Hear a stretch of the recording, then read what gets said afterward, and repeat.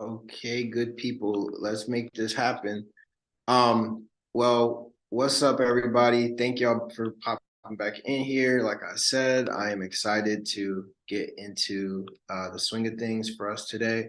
Um, so here is the thing. We're gonna do stuff a little bit different today in terms of just making sure that we're all on the same page on how to launch fully functioning React applications. So what we're going to do today is we're going to do a little bit of kind of it's call and response when we're talking about music, but we're doing code and response but as we work on stuff today. So essentially what I'm going to be doing is walking you through some stuff that you got to do. And then today, the goal is for you to follow along and actually get some of this accomplished on your side, right? So before we jump into it, just give me a quick thumbs up if you have Node installed on your machine. And you know you have Node installed on your machine because you can run a couple commands using Node. We should all have it on our machine, but you know what I'm saying? I gotta ask for dramatic effect. All right, thanks. Appreciate that. Okay, looks like a good amount of us have it installed on a machine. That's great. Okay, cool. So here's what we're gonna do. If you don't have Node installed on your machine, your first step is to make sure you install Node on your machine. And to do that, you're just gonna want to go to nodejs.org and make sure that you install Node at the latest version, the latest stable version on your machine, right? So for those of y'all who don't know, if you don't know if you have Node installed, or you know you don't have it installed, just make sure you go here to install it on your machine. Again, you should be able to test that you have it installed. One way to do that is to just open up a new terminal window and type node dash dash version. And so long as something comes back that is relatively close to these versions, then we should be good. So cool. Just do me one more favor. I'm sorry, y'all. We're gonna be doing this a lot today. So give me a quick thumbs up if you know you've confirmed you have Node on your machine, because you can't do this next step if you don't have it. Unfortunately, that's just it's just how life works. You can't build software without the software that you need to build the software. All right, cool. So for those of y'all who haven't put a thumbs up, if you don't have Node installed on your machine, take this couple seconds right now to go to nodejs.org and make sure you install Node so that you can go to the next step. And while people do that, let's talk a little bit about Vite and what we were doing with Vite last session. So in the world of creating React apps, there's mad different ways that we can create a React application, like we talked about. Some of the ways include doing things like adding React to a existing application. But in many cases, what that does is it makes it even harder for us to build these applications quickly. In comparison to that, some folks have been working on building packages that make it very quick for us to launch a new React application from scratch. And Vite is a library that was started to make that experience the case, to make it easier for us to launch new React applications and create a learner and development, a learner environment that makes it easier for you to learn as you're building these applications. I was saying learner, but I was reading them say leaner here, and that was messing me up like mentally. Y'all was like, why did he just tweak on his words right there? Well, that's exactly what happened. So there's all types of libraries that you can use to launch a new React application. Vite is just one of them, right? There's a bunch of them in production use today, right? Gatsby is another one. Next is another one. There's a bunch of different ones. Create React App used to be one, but nowadays, one of the ones that is being most popularized as a developer learner-friendly tool is Vite. The reason why is because Vite makes the process of launching a new React application very simple, quick, and easy, because you can just use their command line tool chain in order to have it start a new project for you. So that's exactly what we're going to do right now and get going on today. We're going to use Vite to launch a new project for ourselves. So to do that, all we want to do is leverage the command line interface that Vite prepares for us in order to do that. One thing to know is that you can use Vite, the command line tool for it, to launch a number of different types of projects. whether you're working strictly in React or you're working on things like Vue or other things, Vite has the ability for you to launch specific templates focused on those different types of projects, right? So if you're going to work on a React project with TypeScript, you could use Vite to also launch a React project with TypeScript. But for us, we're going to be launching a new application in React, right? To do that, there's a couple ways we can use the command line tool to do it. But what we're going to do is we're going to just kind of use the default Vite package to just use its own interface to launch a project. So here's what I want y'all to do. First of all, I want y'all to navigate into either a terminal window or a VS Code project window where you can open the terminal so that you can run this command. And when you're ready to run the command, just give me a thumbs up so I know that we're all rocking on the same page. And so while y'all do that and give me a thumbs up that you're there, what I'm gonna do is go ahead and show you what I would do. But again, you can set it up the way you want to set it up for yourself. Basically, we're going to create a new project. So I'll show you my workflow, right? I sometimes like to start these out in the terminal just because it makes it a little bit easier for me to navigate. I have a project folder. So with the terminal, you need to learn how to run commands on the terminal, right? So if I were to list all my like path files in the terminal right now, I have a particular project folder where I save a lot of my projects. It's here, projects. So I'm just going to go ahead to my projects folder, and inside of the folder here, what I'm going to do is I'm going to run this command, right? Get ready to run this command. And what this command is going to do is it's going to help me build a new project for in React, right? So here's the reason why I like to do this in the terminal is because when you run this command, it's going to create a new folder, right?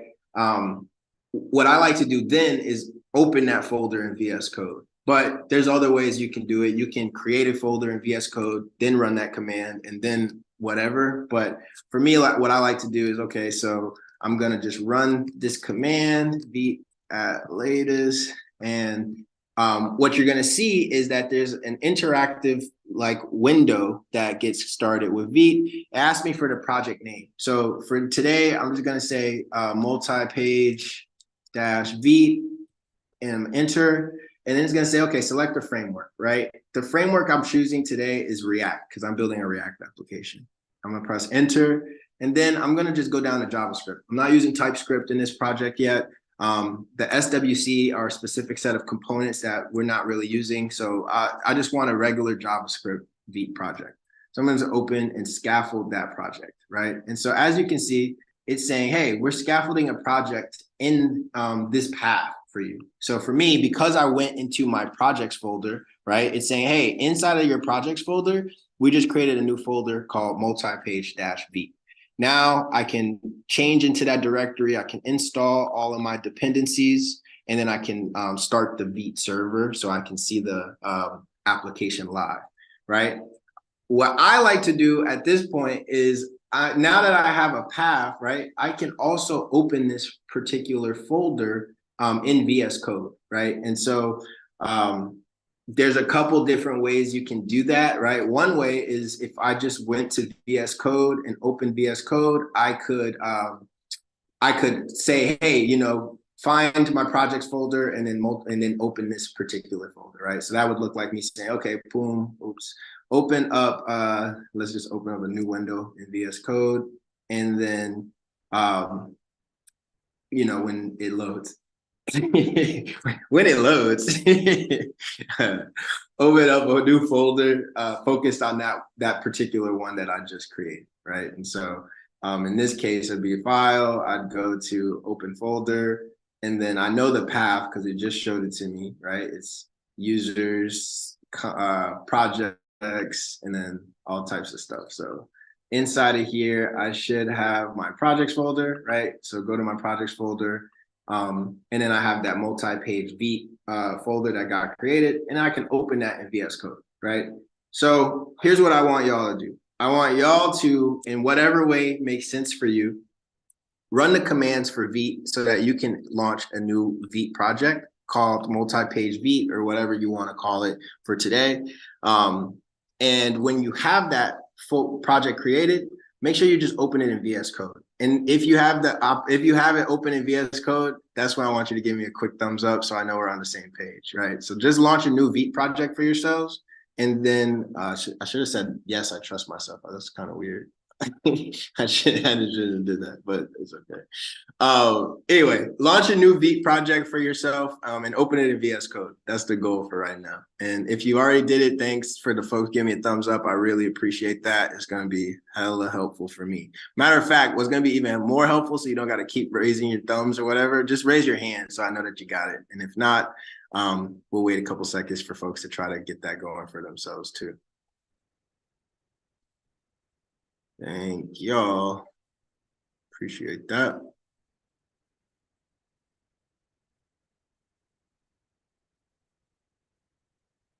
So yeah, if you've done it, just raise your hand because it'll stay up until you put it down. That makes it really a little more helpful for me. Thanks, y'all.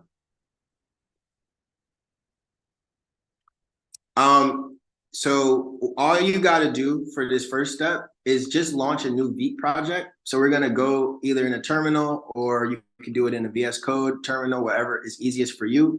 I want you to launch a new project, a new Vite project, right? So the command to launch a new Vite project is npm create Vite at latest, and that will start a little builder where it'll ask you things like your project name, it'll ask you to select a framework, and it'll ask you to select a variant. In our case, we're using JavaScript, regular JavaScript, and this will build a new project for you, right? And what I want you to do is build that project and open it in VS Code. So however you want to run this command to build the project is up to you. But ultimately what I want you to do is build the project and open it up in VS Code. And then when you're done, raise your hand so that we can celebrate. While y'all do that, I'm gonna plug my computer in so I don't make a fool of myself with a dying computer.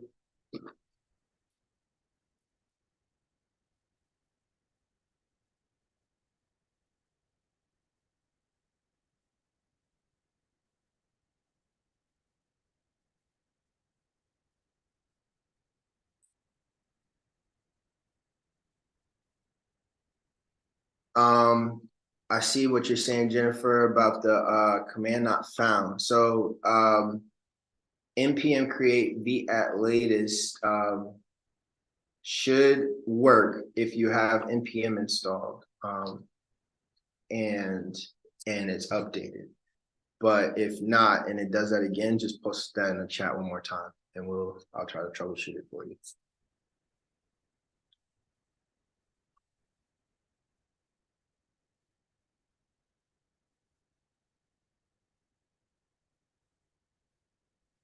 All right, I'm gonna answer some of these questions in the chat. What is the difference between JavaScript and TypeScript? So TypeScript is essentially JavaScript with what we call a type system that is added to it to make it so that you can basically do error handling in your JavaScript code a bit more efficiently. So JavaScript by default doesn't necessarily conform to data types. You have to essentially debug your code with the understanding that, hey, you know, a variable that you might expect to be of one data type might end up being a different data type. Yeah, so what TypeScript does is it makes it so that your data types are very strictly enforced. And that allows for your code to do a little bit of debugging earlier, but also it will, it just helps you create code that is a little bit more consistent with the flow of the data. Cool. So let's do this. So appreciate y'all folks with your hands up. Appreciate that. For the folks that don't, drop in the chat what's going on. You know what I'm saying? You know what I'm saying? Good folks, we waiting for y'all, you know what I mean? And if you have a problem, post it in a chat and I will respond to each of y'all to try to troubleshoot what might be going wrong.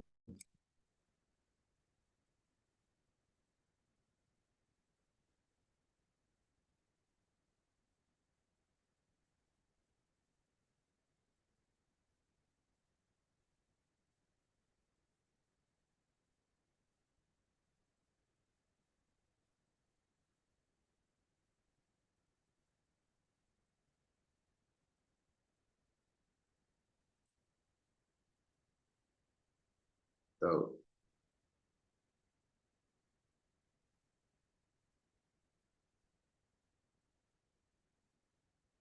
all right, so we're gonna troubleshoot a couple folks. Appreciate y'all for raising your hands. It's helpful.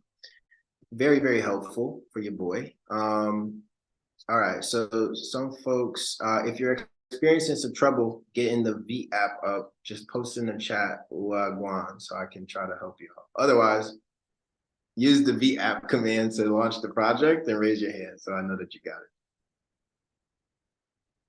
Y'all like, dang, going in on us today. Um,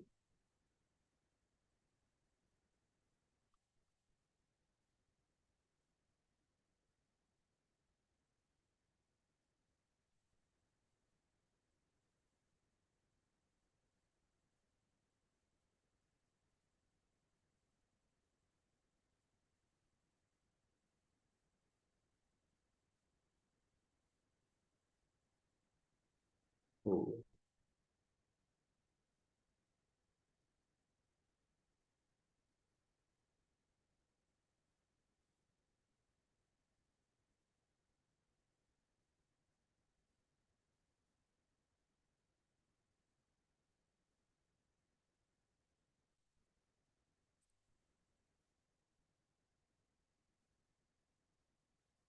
All right, y'all just troubleshooting a little bit.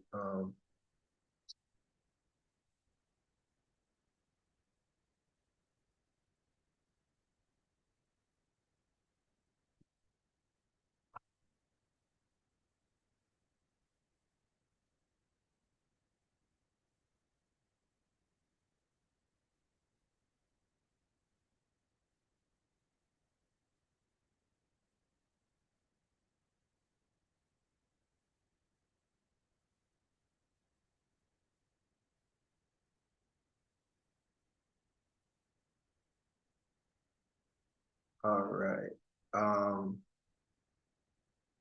So I know that some folks are having a little bit of trouble. Some folks are not able to run the command. So here's what we'll do if you aren't able to run it.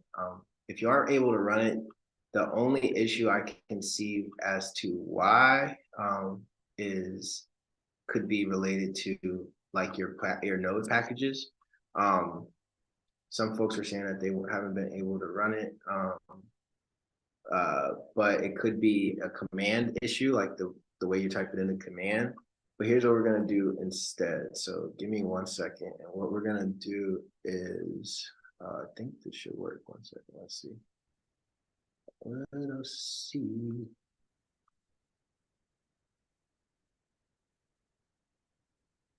I think this will be fine. Let's see.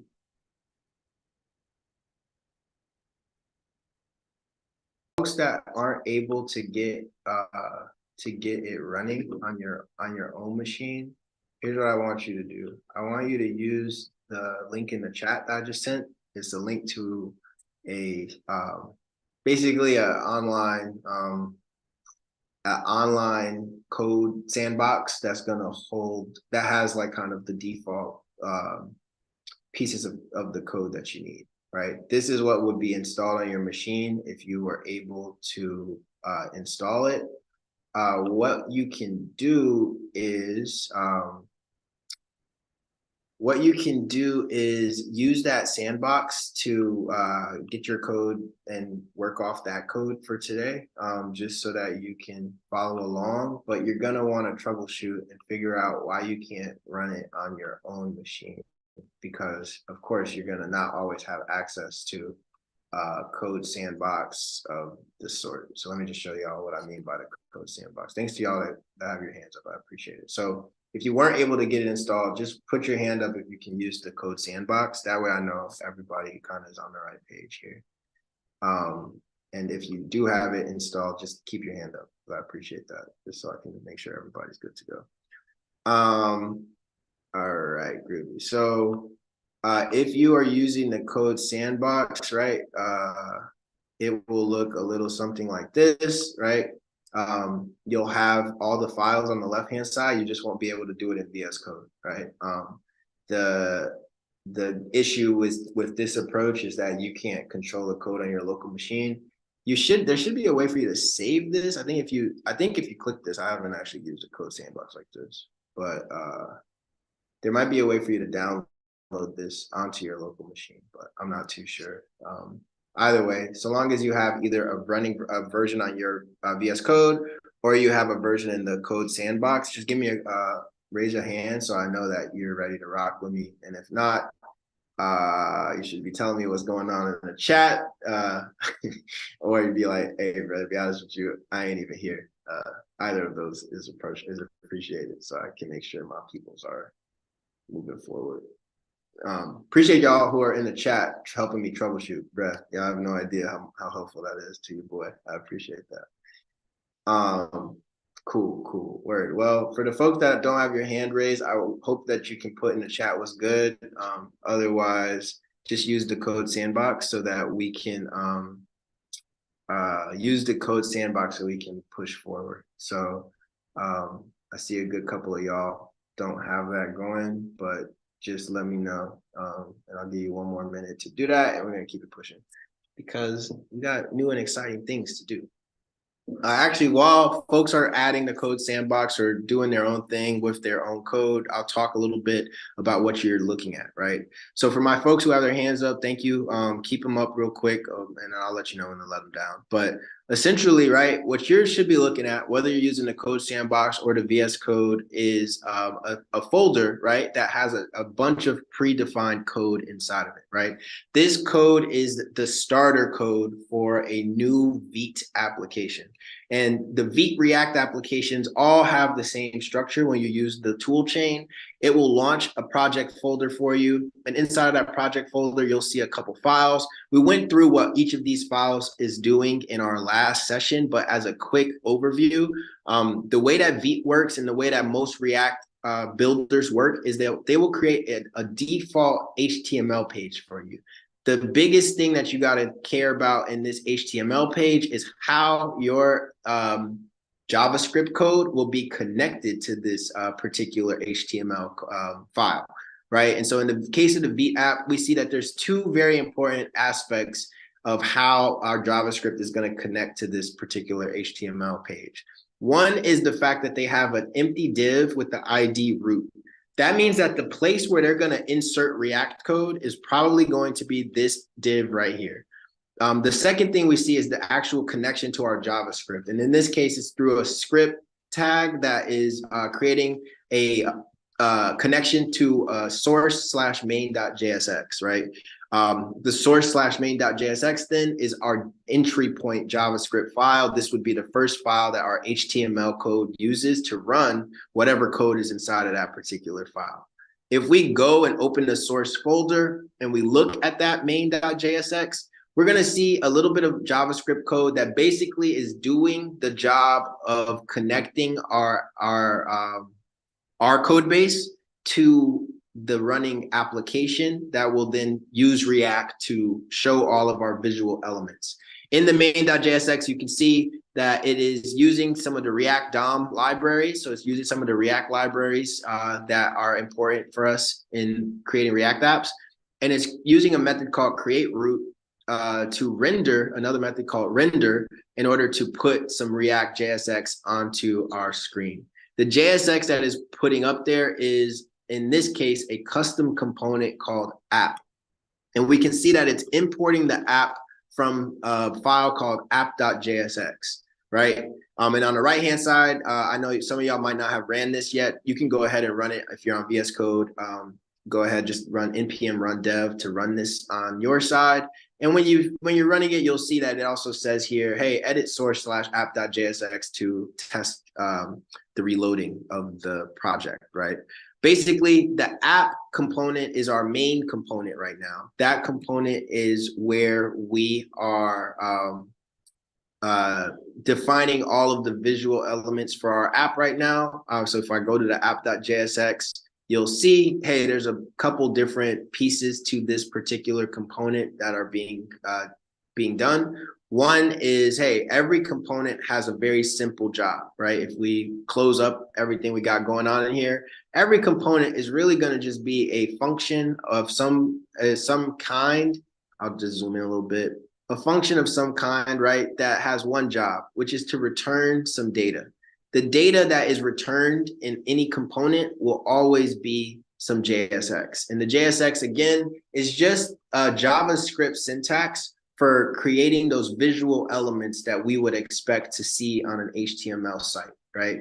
So things like divs and anchors and images, etc., buttons, right? All of those are valid HTML elements, but we're able to write them in JavaScript code because we're using JSX, which is a JavaScript markup syntax. These elements now are no longer HTML. They're all JavaScript.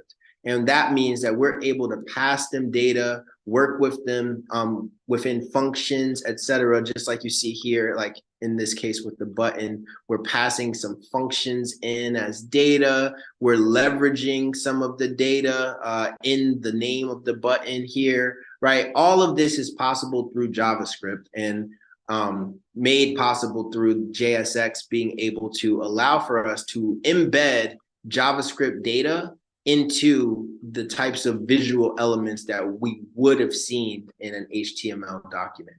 And that's really what React allows us to do and makes it so that it just makes it easier for us to turn these elements into more data-driven things because we can embed them with data, like you see here where, hey, this button, the text of the button, right? So here's the open tag of the button. Here's the closing tag of the button.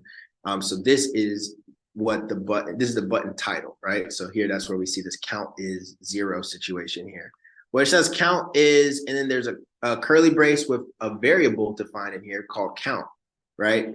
And this is allowing for us to grab the data and show the data as the title of this button, right? That's one of the cool things about how React works is that we can leverage the data inside of the elements that we're trying to visually put on our screen, right?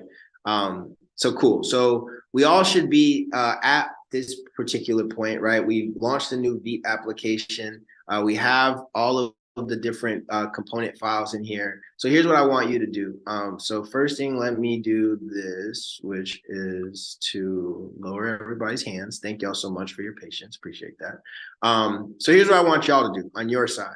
I want you to go ahead and take out everything inside of the app.js instead. So basically what we'll do is we'll just delete all of the stuff inside of here. And we'll just put a simple string or a simple, we'll replace this with just kind of a more simple element. So what I'm gonna do is just put a div, and inside of that div, I'm just gonna say, hey, from the app component. So I want y'all to do the same thing. Get rid of everything that was previously in the app.js. Just leave a really simple div with some text inside. And when you're done with that, just raise your hand so I know that we at the same place. Appreciate that. And again, feel free to run your app so you can see it. You can see it live. That would be great so that you know kind of what's going on.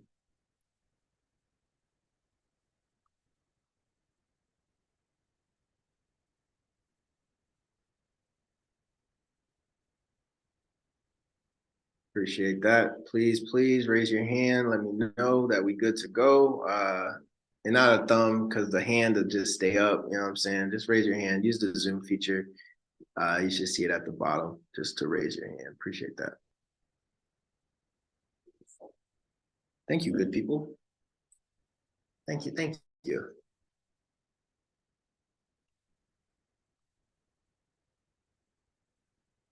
Cool. So I'll give you a couple more seconds.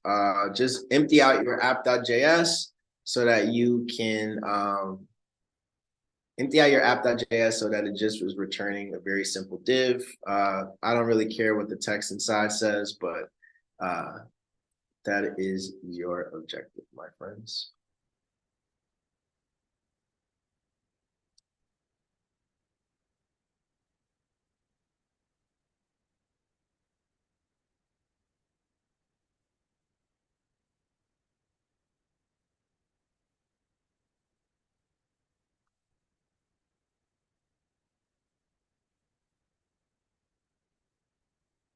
All right. If you have any trouble, feel free to drop in the chat while Guan. And we will make it happen. Uh,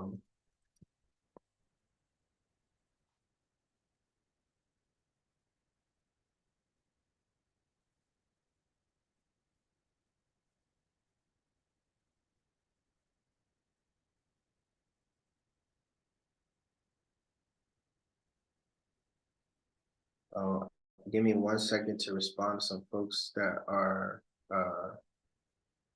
asking some questions, and we'll get it rocking. So some folks are asking about, okay, well, how can I see my code live, right? So here's what you got to do, right? If you're using if you couldn't get it on your local machine and you're using kind of the Stack Blitz website, is different. It'll do that for you. But the goal is to be able to do this yourself live using VS Code, right? So go to VS Code, right, into your application.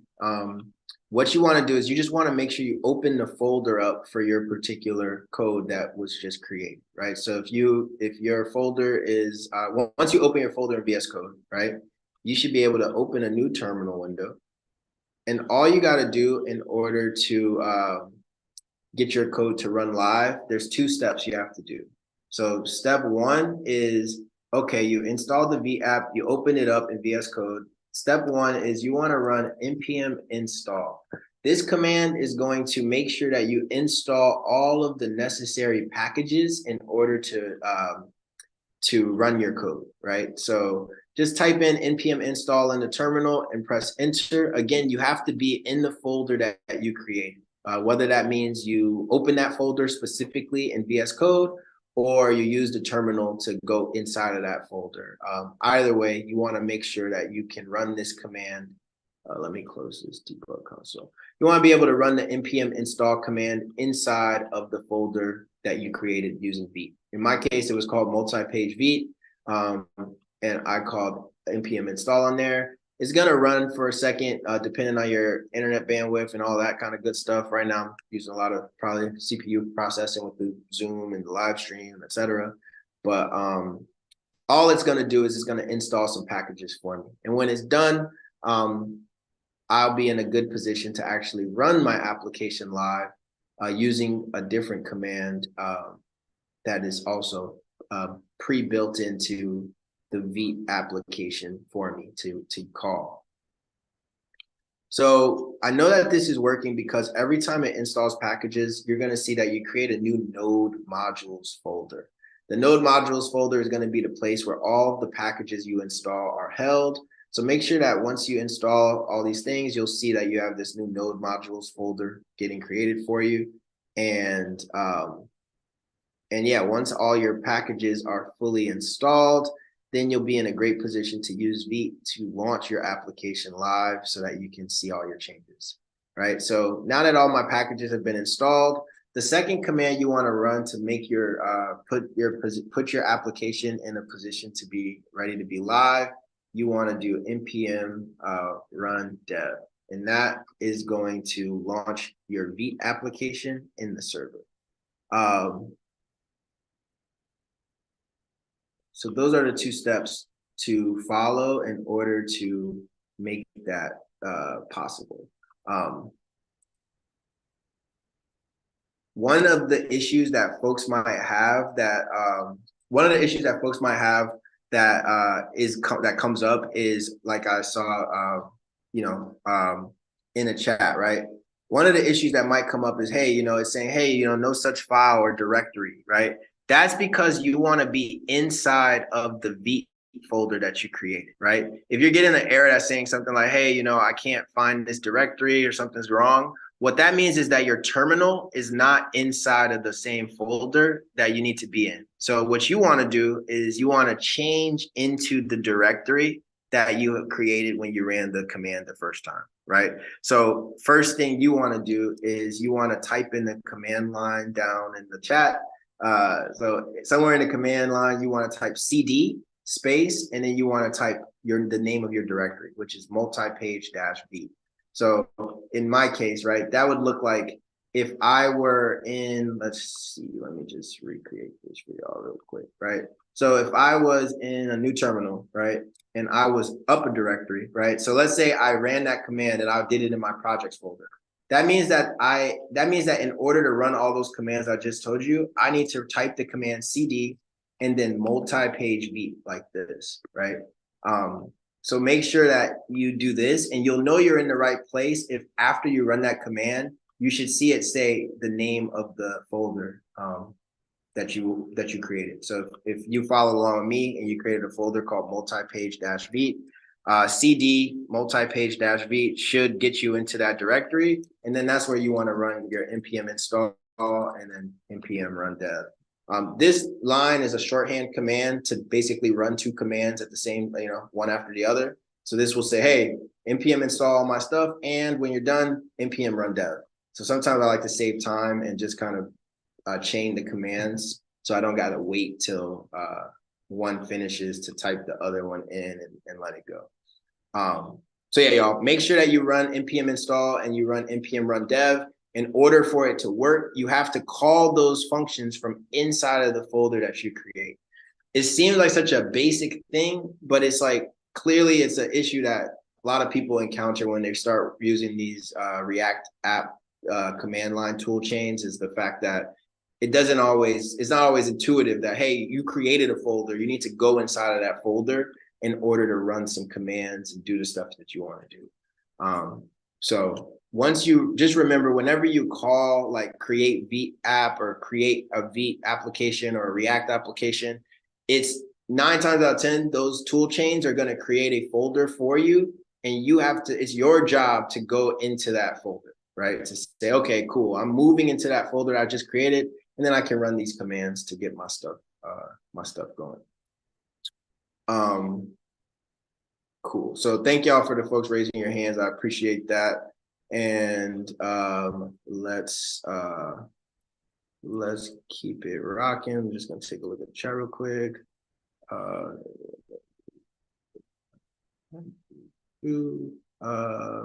So if you run the commands, right? When you run the commands, here's the thing. When you run the commands, if everything's working well, you're going to see a little line in the terminal that's saying, hey, Vite is running, localhost, right? You have to go to this particular route, localhost :5173, in order to have your app show up. So what I'm going to do is I can either copy this link here or command click it in VS Code to go to the link. But what I'll do is I'll copy it, then I'll go to my browser, and then I'll type in that same thing.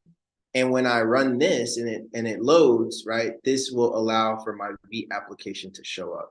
So that might be another thing that y'all might have missed, is you got to actually go to that particular link. Yep. No problem. I see some folks saying thank you for that one in the chat. Also not very intuitive, right? It tells you here, hey, you have this local host thing, but it doesn't tell you, hey, what you got to do is copy this or click this to go and have it launch on your side. So once it launches on your side, again, what you're going to want to do is go to your code, right? And so I'll do this again. Go to the code, go to the source, and in the app.jsx, what I want you to do is change what you have in there to just be an empty, just an empty component, right? So I'm just going to close some of these out for myself. My John is tweaking for a quick second. Let's see. Just put this down for a second. So what I'm going to do is I'm just going to close out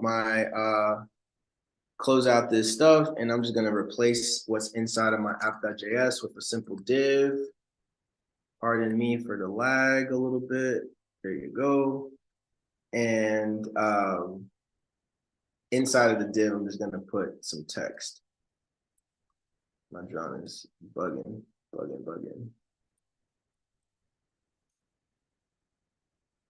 All right, fam, my John is lagging like nobody's business. So here I'll say,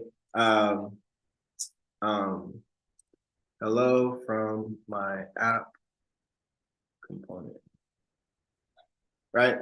And when I save this, right, if I go back to the running Vite application, I should see it reload with that change. And if you see it reloaded on your change, raise your hand so I know you're good. If not, drop it in the chat while Guan, and we should be able to keep it rocking. Cool. So some folks are saying that they got it. And it looks like some stuff is helping out.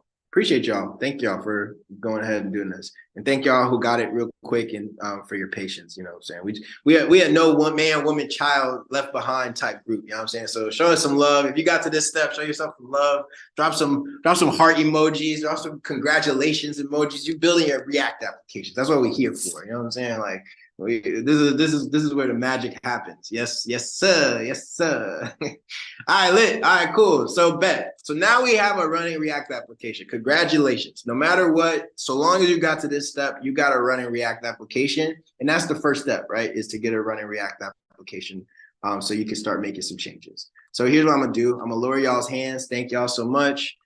So cool. So we have a component, a fully created component, right? So let me go back to the VS Code. I'll keep it on VS Code.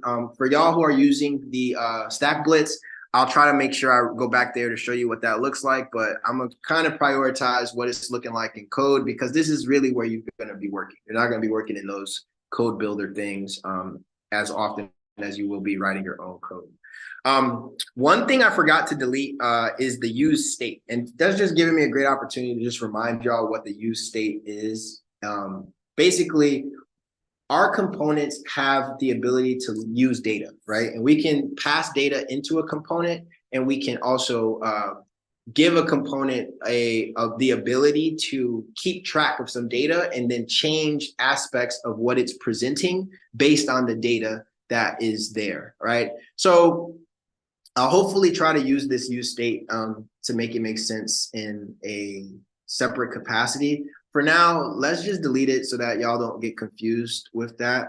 And as you can see in VS Code, it does some cool stuff for you. When you're not using any code, like if there's code there that you're not using, it will just tell you, it'll gray it out. So it's like, hey, you have this stuff, but you're not using it. So for now, I'm just gonna delete that too, because I'm not using any of that.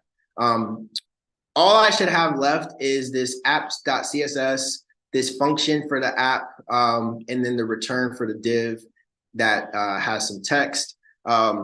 What I'll do real quick just to talk to y'all about the app.css, right? Well, the app.css is literally just a CSS file.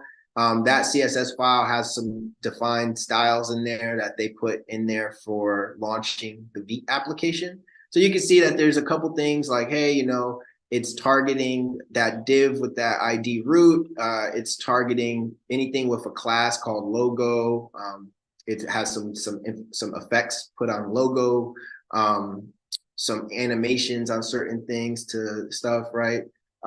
So there's just some predefined styles in there, right? We're not necessarily making use of them because we don't have specifically any of the classes that are being targeted here. But clearly, if we did want to style some of these elements, right? If we added some styling information into the div, and then we added that same styling information into the CSS, we would see those styles. So I'll keep it there for now, just as a reminder that if you want to style these components and style these applications a little bit more specifically, right?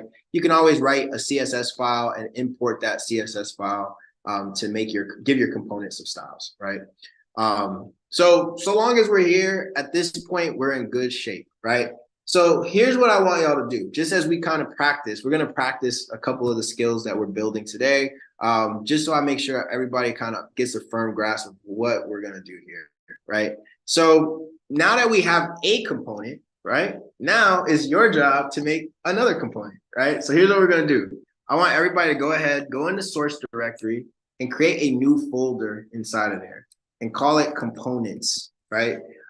Inside of that components folder is where we'll save a bunch of new components for ourselves. It's not mandatory that we use a components folder, but you'll see that it kind of helps when we start separating our code out using folders so that things stay consistent. So in this components folder, what I'm going to do is create a new component for myself. And I'm just gonna call that component, let's give that component, I'll create a new component inside of there, and I'm gonna call it a message component, right? So again, I feel like I use message every time, but that's the one that popped in my head. So we're gonna rock with it. So I'm gonna go ahead and create a new component, right? I'm gonna call it message.jsx, right? The .jsx is going to allow me to .jsx is going to allow me to essentially create a new JSX file, right? So what I want to do is I want to create a new function with the same name as that file that I created, right? So I'm going to create a new function called message, and I'm going to use that message to return a new component. This component will be, let's just make it a nice H1 that has some message inside of it. So right now I'm going to say the message is this message. I know that makes no sense, but it's meta. It gets the people going. It's provocative. It's poetry. You know what I'm saying? Last thing I want to do is export default message, right? So what I'm doing here is I'm creating a new component, right? This component is a message component. I called it message, right? And it has some JSX defined in it, and I'm exporting it. These are all the things you need to do. If you take a look at our app.jsx, these are literally the same steps that we have in this component in order to create our app.jsx, right? And that component clearly is showing stuff on the screen. Our message component is now ready to be seen, right? So what I'm going to do is save that message.jsx file that I have, and I want to import it into our app so that we can show it from our app component.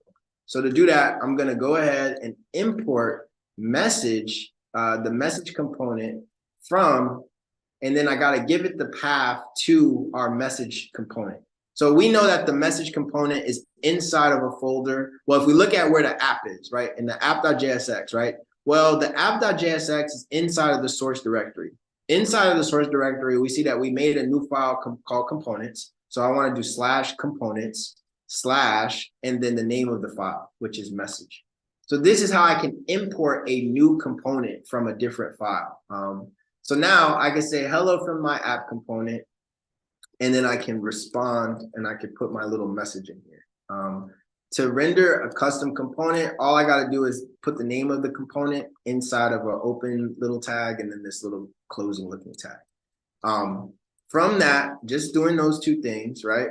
I should be able to go back here and I should be able to see the message is this message now, right? So here's what I want y'all to do. I want y'all to do the same thing. So go ahead and create a new message component in a folder called components, right? The message component, I'll keep this up for y'all who might want to see it. All it has to do is return some JSX. I put a H1. You can have it be whatever you want, a paragraph. Make sure it has some text inside of there, right?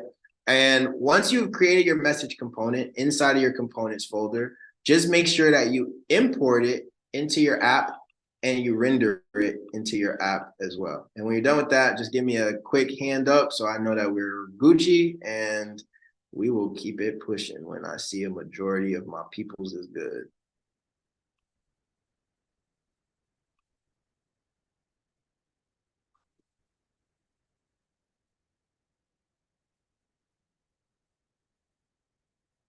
So I'm seeing some questions in the chat, and I'll take some time to answer these questions. One question is, why does Vite use the JSX extension, but Next.js uses JS?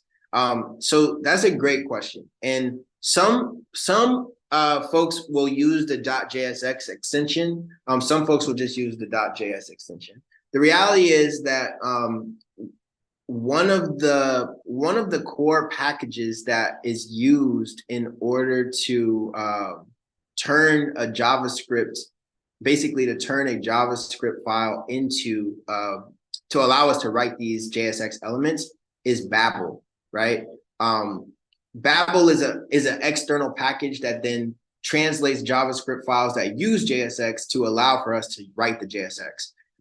One of the things that you might notice in Vite is that if you look at the package.json, it's not actually using Babel in there. So that's one thing. So in that case, right, using the .jsx is preferred because it's going to allow for us to make sure that the compiler knows that these are JSX files themselves.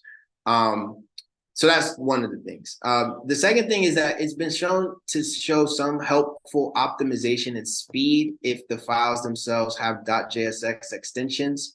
And so as a library that's being focused on speed, Vite probably is saying, hey, we want you to use .jsx because it'll move a little faster.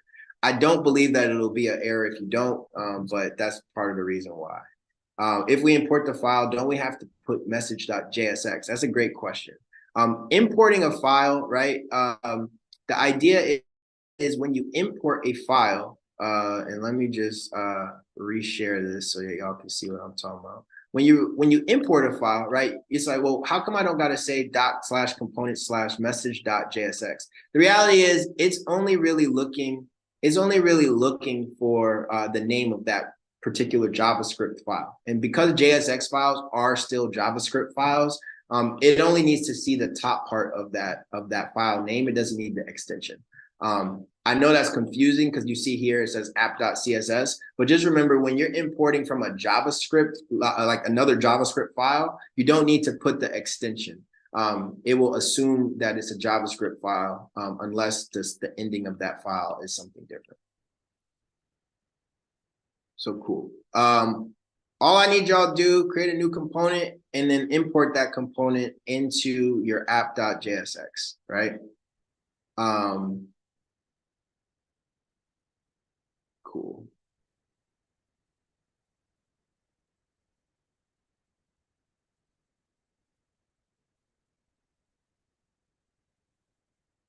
So if you're ever in some trouble, please drop it in the chat Wagwan, and let's make it happen.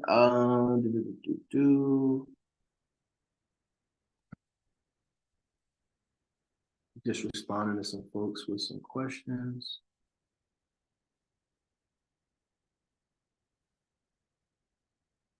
Oh.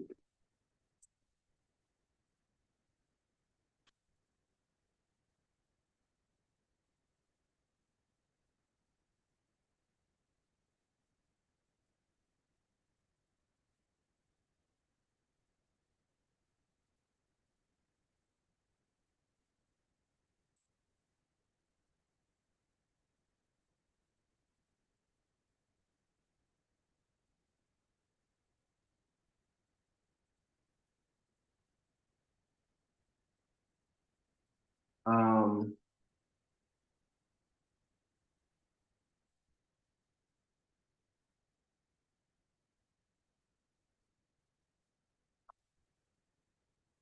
I appreciate y'all who are sharing some stuff in the chat about Wagwan.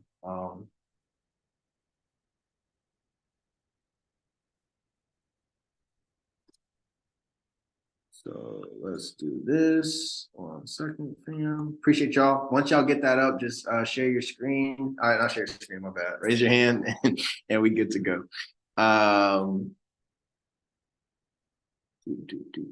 Do.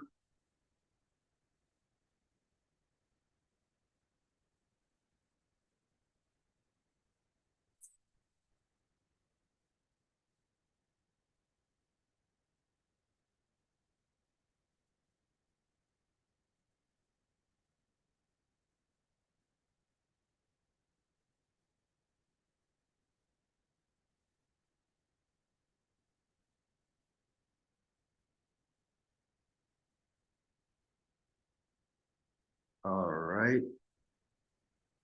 Appreciate y'all, good people. If you're having trouble, please drop it in the chat Wagwan so we all can help and keep it pushing. There's 2 more things that I want to try to do before we wrap up for today.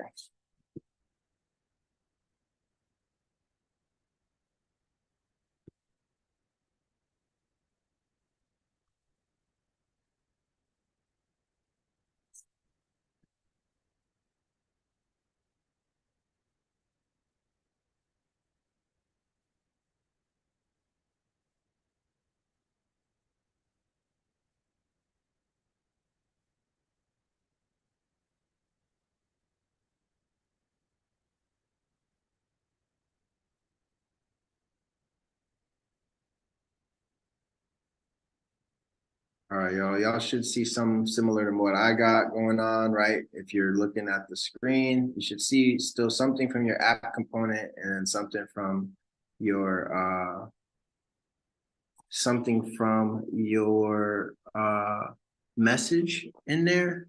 And it should still be running on your local development server. If something's not working there, what you want to do to troubleshoot is just make sure inside of your app.jsx that there's everything is kind of being closed properly and whatnot. If everything you have is looking like mine and you're still getting a little issue, maybe try, like, just make sure, double check that both your message component and your app.jsx look similar to mine. There you go. There you go. I'll keep it up here for a quick second so you can double check.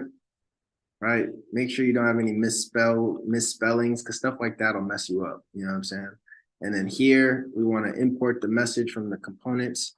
And if all of this is looking similar and you got the same stuff, but you're still seeing some issues, just do a quick refresh on your server to make sure that nothing there is an issue. Could just be some simple stuff there that might be throwing you off. But cool. So here's where we're gonna go to next. Thank y'all so much. I'm gonna lower your hands. And if you have a question or you're experiencing some trouble, please drop in the chat, because I can't help you if you don't talk. That's just how life is these days. You know what I'm saying? So cool. So we got two more things to talk about, and then if folks were experiencing some trouble, I'm happy to stick around and we can talk through it together, right? What we're seeing here is, okay, we're able to create a new component. We're able to drop that component into our workflow, right? Well, as we're starting to work on this, right, it might be the case that we want to maybe show a different message at different points in the code, right? Right now, it looks like the message is, this message is kind of like, that's very static, right? What would it be cool is, maybe what if we could like customize what this message says based on certain things going on in our application, right? So let's talk about that in two capacities. The first capacity, what if, like, super simply, even if it's just one page, we have a couple different options for the message, right? Maybe there's a couple buttons, and each button corresponds to a different message, right? And we would show that different message here. How might we structure our app to do something like this, right? So here's what we're gonna do. We're gonna rebuild this app.jsx out a little bit more so that we basically can create two buttons that will control the message text that we see, right? So to do that, here's what we're gonna do. First, we're gonna hop back over into the app. Then we're going to create the two buttons that we want to see. So I'm just gonna go ahead and drop two buttons. I'm gonna create one, and I'm gonna create two. And for button one, I'm just gonna say option one. And then for button two, I'm just gonna say option two. And I'm just gonna save this real quick to see if that works. And it works. We got the two buttons. I don't really like how they're not on their own line. So what I'm gonna do is I'm gonna wrap them in a little div, because wrapping them in a div will make them basically, instead of showing them in line, they'll show them as a block. And because they're a block, they'll move it down to its own line. So now I have this hello from my app component, option one, option two. I'm going to go ahead and do one more change, and just to change this from saying hello from my app component to just give the user some helpful information. I'm going to just say choose option for your message. And there, now we have choose an option for your message, option one, option two. So what I want to see happen is when I click option one, we get a different message here. Where I click option two, we get a different message here, right? Go ahead and change up your app.jsx to do the same thing. Just swap your app.jsx for some of the code you see below. Just make sure you add your two buttons and switch your message at the top to say something like, hey, choose an option. However you frame it is cool. Just raise your hand when you're done so I know that we're good and we're ready to move to the next step.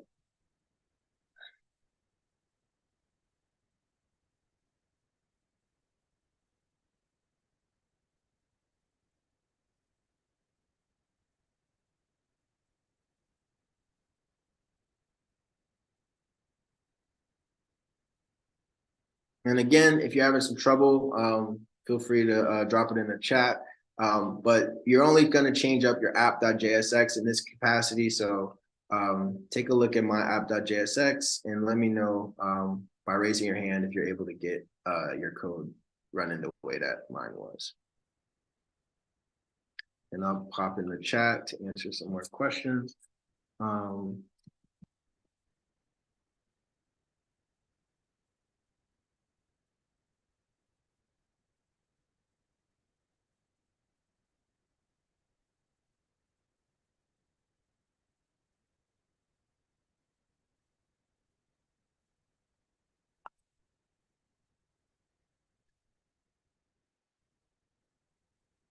Thank y'all for the folks raising your hand. Appreciate y'all. Like I said, that's real helpful for me to see.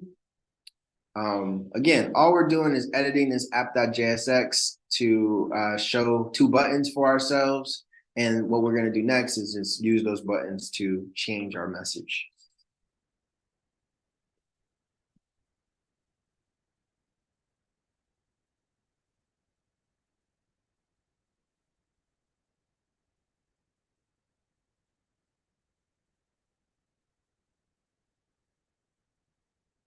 Again, if you're having some trouble, feel free to drop it in the chat while I go on.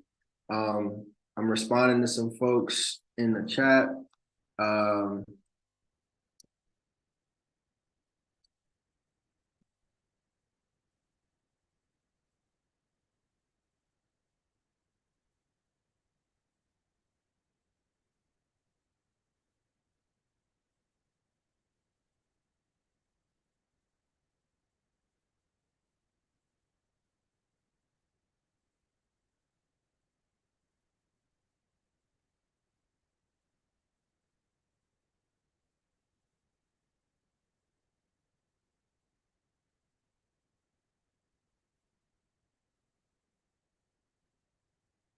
Give y'all one more minute and then we will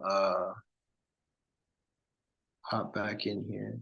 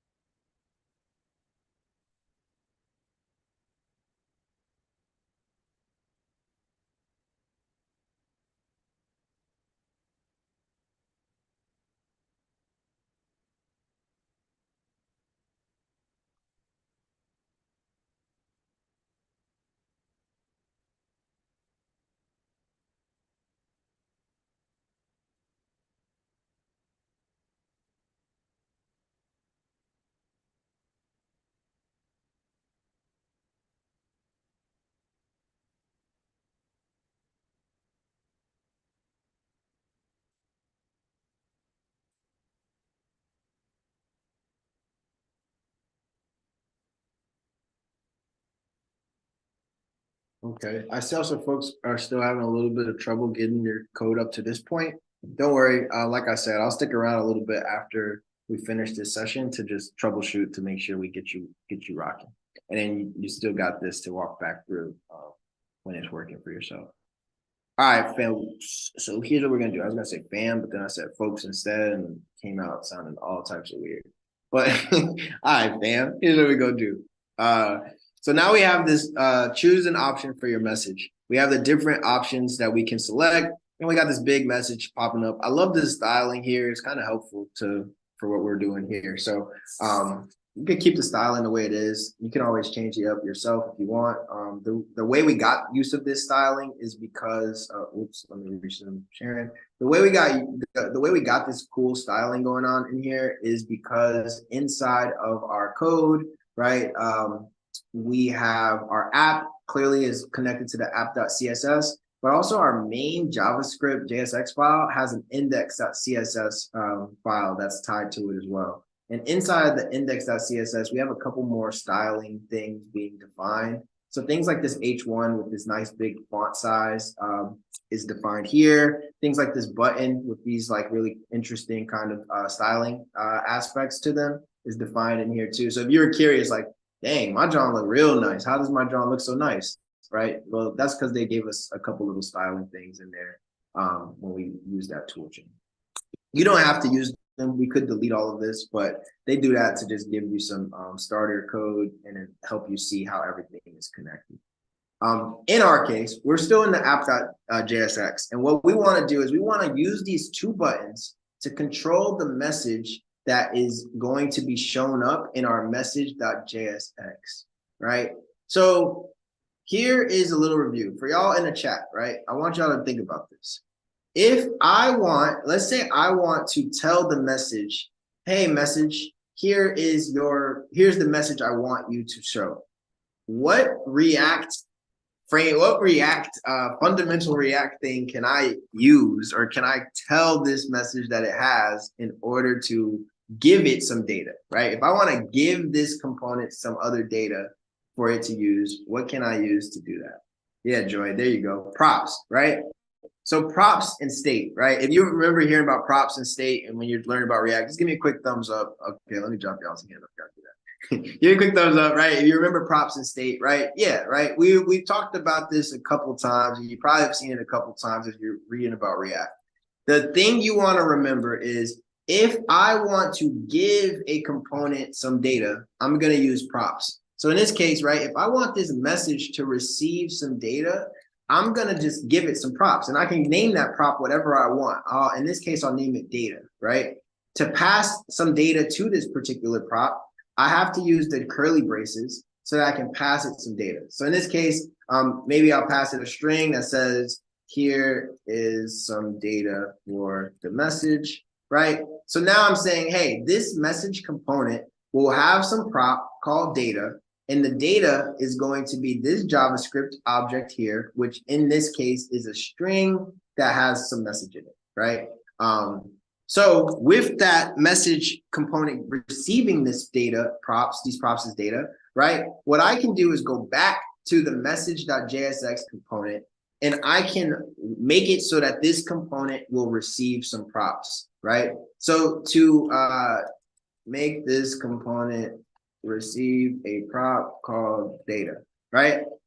For me to do this, I have to do two super simple things. The first thing is any component that I want to receive props, period, I have to insert props into the function argument so that this component knows it's going to be receiving some props. That's the first thing.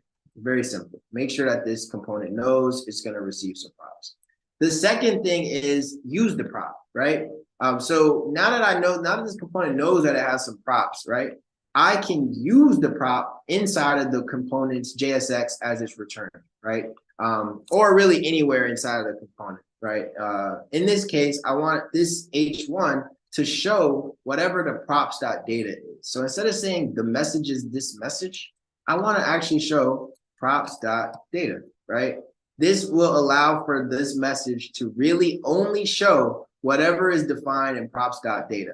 If props.data isn't there, it won't show anything, which is unfortunate. There's some ways we can fix that. But right now, I just want this message component to show whatever is inside of this, whatever prop.data is given it, right? So in this case, here is some data for the message is what I would expect for this message to show. In order to do that, I got to save both of these files. And I go back here and I should see this reload with here is some data for the message, right? So go ahead and quickly make that swap for yourself, right? Give your message component some props. You can name that prop data or whatever you want to name it. Make sure that you give it a string of data to use. And then secondly, what you're going to want to do is change up your component for your message so that it is using that data prop in order to show basically the data that you passed into it. So give that prop some data, or give that component some a prop called data with some data, and use that data by telling this component, hey, I've given you some props, and the particular prop that you're going to show is props.data. So knock those two things out for your boy real quick, and then raise your hand, and we will keep it popping. First, I had a question. I put inside the chat. It was about the like sometimes when you write props, like you could do it like props like this way, but you could also do it like the curly brackets thing, like the string interpolation thing. Yeah, like Like this. that way is allowed. Like that, like when like normal functions. I mean, like when you think of like typical computer science, like that stuff is not really like allowed. Yeah, and so this what we're talking about here is basically we call this object destructuring. So the props the props we're passing into the message is an object. That means that there's as many different dot blah blah blahs inside of it, right? So there's prop one, prop two, prop three, whatever their name is inside of this object, and we can refer to it with the dot syntax. So if I go back to this app and I add more props to the message, right? I could give it prop two and give it some more props that way, right? These all of these props that I give names here, right, will be able to be referenced inside of my message with props dot whatever, right? Sometimes you'll see people instead of having to keep putting props dot for whatever reason, they'll just destructure the props object to grab the different props that they want from that particular object. And so you'll see something like this. And in this case, it wouldn't be props.data, it would just be data, right? The reason I still go ahead and just use the props is for one, since y'all are learning for the first time, I just want to make it clear that this is what we're doing. We're using props. But of course, if you're going to build a little bit more sophisticated drawings and you want to not use all of the props or not have to keep repeating props dot this, props dot that, props dot whatever, you can always destructure that props object and grab the particular pieces of the props that you need. All right, thank you. Is this like the only language where that stuff is allowed? Like destructuring? Um, Top of mind, I won't say it's the only language because again I don't know every language, but it is a very common thing in JavaScript because we're working with objects so much. But yeah, great question, fam. So again, all y'all gotta do is just make a new prop called data, pass it in as a string, or give it some string data for it to use, and then make sure that your component is using that prop. And when you're done, please just raise your hand real quick so I know that you're Gucci, and we'll keep it rocking. There's one last step we gotta do, and in order to get this little drawing working the way that we would expect. Thank y'all. I see a couple folks. Appreciate y'all. Thank you. Thank you. Thank you. Thank you. Oh no.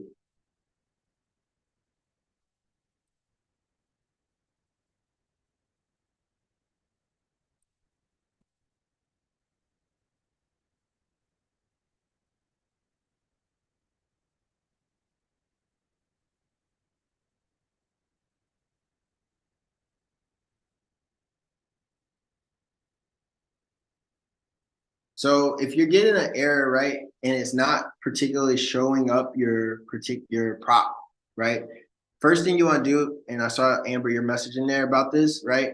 Just double check that you gave the prop name the same name that you're referring to inside of your other component.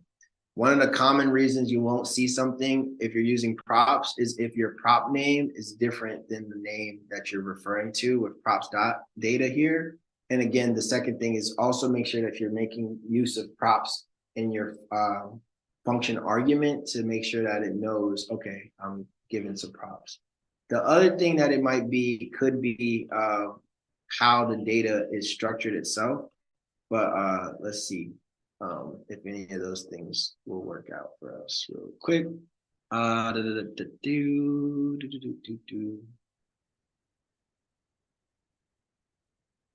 Interesting.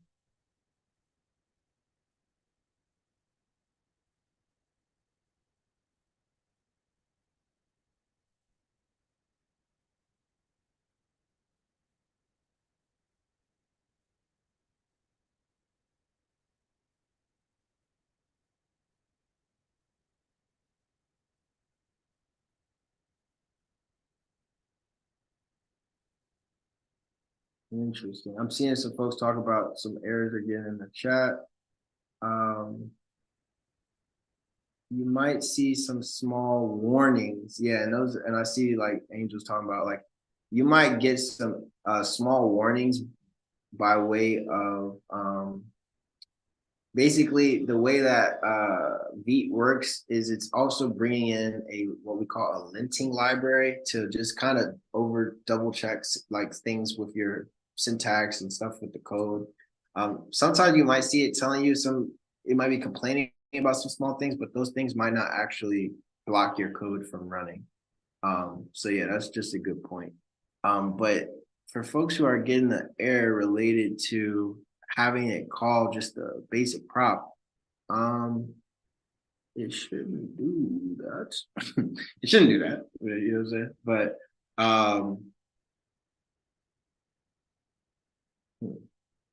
let's see.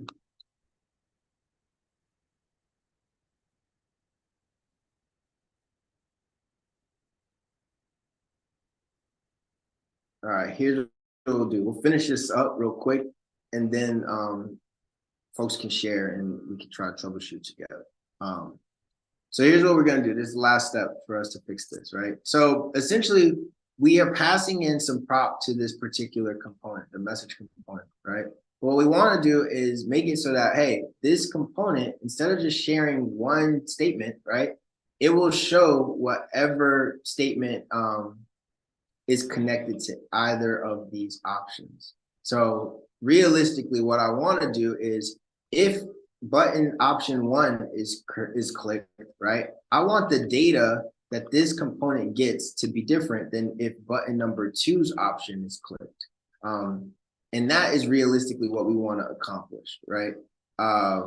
So to do this, right, there's a couple things that I got to do. And it's all fairly simple, but just bear with me as we rock on it, right?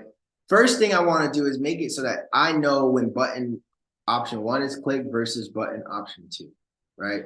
So the first thing I want to do is make it so I can detect when this button is getting clicked or when this button is getting clicked. So to do that, I'm just going to go ahead and add an on click to these buttons. Basically, the on click handler is going to allow me to pass some JavaScript functions in so that if either of these buttons get clicked, I can do something, right? So what I want to do is I'm going to just basically make one function that will get called. Oops. I'll make a function that will get called whenever these buttons get clicked. And based on which button gets clicked, maybe we'll console log or we'll do a little alert to say, hey, this button got clicked or this button got clicked. Just to make sure that we're aware of what that might look like, I'm just going to go ahead and create a new function inside of this app before I return. So this is just to show you that the function, the app component might not only just return some values. You might also define some functions for it to call as well. So in this case, I'm just going to create a new function. I'm going to say handle button click. And I'm going to make this a nice little arrow function for myself. This function, all I want to do is when this function gets clicked, so when this function gets called, right, I want to, right now what I'll do is I'm just going to put a super simple alert to just say, hey, this got clicked, right? This way I could just test that the function is going to get called. So what I'm going to do now is now that I defined a function that is doing something, I can pass that function into these button clicks to say, hey, you know, when you get clicked, call this function handle button click, and it'll do the rest, right? So if I save this and I go back to my little code, I'm expecting that if I click each option, it should just pop up with a nice little alert to tell me, hey, you got clicked, I got clicked, right? So this is very simple to just get a nice little alert popping up to show that it was clicked. That means that both of these functions for both of these buttons is working, right? So all I did was add a new function and then pass the name of that function into the on-click attribute inside of the button. And on-click, what's cool about the on-click attribute and many of the event handling attributes in React is that all of the JSX elements can conform to them. So any like basic JSX element. It doesn't work on a custom component because in a custom component, we're not actually writing attributes, we're writing props, right? So that's one of the things that's kind of a little confusing. In this case, button, right? This is just a regular JSX element. So we have access to some of the JSX events handlers like on click. But on a custom component like message, anything that we define inside of the message is now just a prop, right? So it doesn't have access to the same internal library. But every element, regular JSX elements, anything, think about it, any of the lowercase elements that we create our components from have access to things like an on click, on hover, on all those types of things so that you can define things to happen in certain events, in certain scenarios. First thing I did, I made this function. I have now an alert whenever it gets clicked. So that's cool. What I want to do next is I just want to make sure I can tell which button was clicked, right? So if button option 1 was clicked, I want to do something versus if button option 2 was clicked. To do that, I can pass each button a very specific element, maybe like value, right? And the value of each button, maybe I'll just keep it like the value of one button is 1 and the value of another button is 2. That way I can say, hey, you know, if button option 1 is clicked, this button will have a value of 1. If button option 2 is clicked, it'll have a value of 2, right? And based on this, right, I can get this information back from when the on click is called by way of using the event object in order to take note of which element triggered this particular button being clicked. To do that, basically any event handler in JSX or JavaScript period, when you call the event handler function, so we define this function handle button click, but we know we're going to call it whenever on click is called. Any of these handler functions can make use of the event object that is passed back into that particular function. So what I'm going to do is I'm just going to go ahead and console log the event so y'all can see what I mean, right? Anytime we go ahead and click a button, I'm going to go ahead and inspect this so we can see the console. Right.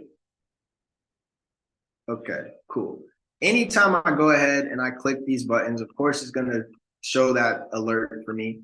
But also in the console, right, you're going to see that I'm getting back an event object. And that event object is just noting what was going on when that particular event took place. What was the target, for instance, right? And in our case, it's a button. But we can use that target to get some information also about that button, right? One of the things that we can get back is the value that we assigned to that button. So what I'll do is instead of console logging the event, I'm just going to console log event.target.value. That way, when I go ahead and I click on these different buttons, so click this one and then click this one and then click this one again, right? I'm expecting that inside of the console, I should be able to also see which of the buttons were, what value of the buttons is being coming back, right? And that's how I can say, okay, button 1 is coming back or button 2 is coming back, right? So here's the last step I want to do in order to just make my message a little bit more dynamic. When the handle button click gets clicked, right? First thing I want to check is if, let's just now set this to a value, right? So instead of console logging the event.target.value, I'm going to say let button index, and I'm going to say is going to get the event target value. So if, right, if our button index is equal to 1, right, I kind of want to do one thing, right? Otherwise, if it's equal to something else or like else, maybe like, let's say else if button index equals 2, right? And then else, you know, we do something else, right? I can get rid of this alert for now. So I'll do this, right? Basically, I'm saying based on what is being clicked, maybe I want to do like kind of some conditional thing, like, right? If the button index is 1, maybe our message it would be cool if we could do something like, turn our message to X, right? If button index 2, we could do something like turn our message to Y, right? Else, show message Z or something like this, right? So it would be great if we can actually create this logic inside of our code to render something very specific to what is happening with which buttons is being clicked or what buttons are happening. What's the current button that was clicked, right? And the reality for y'all is that we can do this, and we can use state to make this all very easy and possible for us. Essentially, if you think about it, we're just going to check to see what button has been clicked. What's the state of the buttons that have been clicked? If a certain button has been clicked, we might want to have a different state in the app than if a different button is being clicked, right? So if button 1 was clicked, we want to show one thing. Else, if button 2 is clicked, we want to show something else. And all we have to do to change that, right, would be like basically say, hey, if the state of our app is button 1, we want the data to be X. If the state of our app is button 2, we want the data to be Y, right? That way we can leverage the fact that we're already passing some data to this component to then do it in a more conditional way where we can change the data that's being sent based on the state of the application as defined by the different buttons that have been clicked. So I'm gonna knock this last part out. If you have to slide, feel free, right? If you have questions, I would recommend you stay for a couple seconds and then stick around and ask your questions, but all's fair in the hacking game, I get it. But let me do this last part, right? Which is I want our application to make use of state so that we can basically say, hey, if we're in this state, we'll show X. If we're in this state, we'll show something else, right? So how will I do that, right? Well, I'm going to just make use of the React use state hook, which will allow for us to define state in our application. To do that, I'm going to import use state from React. And the use state hook is will allow for me to define some state for this application to keep track of things like, hey, what is the value of the message that we need to show, right? Is it value 1 or is it value 2 or is it something else, right? So to use a state, I'm going to create a new state variable, and it's going to be basically an array. The syntax kind of looks like something like this. Inside of this array, I'm going to define some state data. So I'm going to say message data, maybe, and I'm going to have set message data as a function to change this particular piece of data. For a starter point, I'm going to say, I'm going to keep it as no option selected. And you'll see why in just a second.